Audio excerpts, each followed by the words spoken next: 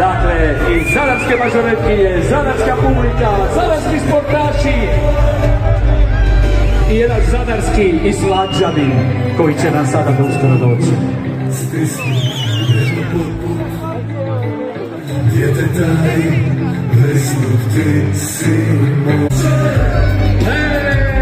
Danas vidimo, dame i gospodo, jesu nam, tu su, dolaze polako, ali sigurno.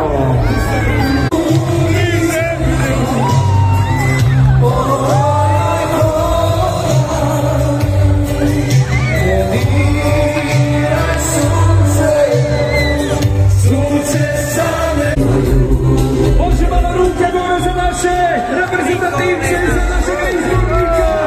Može, ajmo malo zastave. Evo je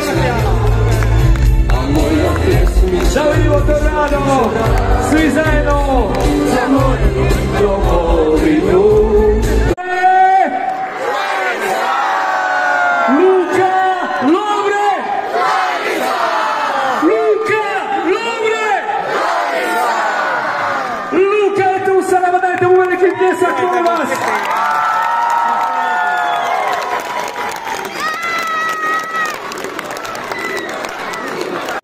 I samo da kažem da se Ivan Pešić isto oprašta. Ivan Pešić, tako je, da. Hvala je na svemu.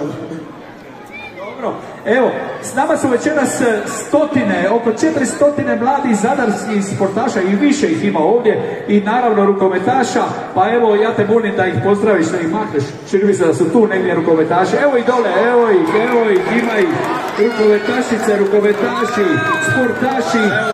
Evo, ti si baš kao i oni sanjao kad si počinjao rukomet, ovakve pobjede, medalje, jel tako, to je sve u snovima sportaša. Trenirati i naravno ove uspjehe napraviti. Evo, poručim kako se snovi ostvaruju. Prema dosta odricanja, treninga, rada, ali treba imati dosta sreće, da svašta se tu treba poklopiti, ja sam siguran da neko ko je talentiran, ko ima veliku želju za uspjeh.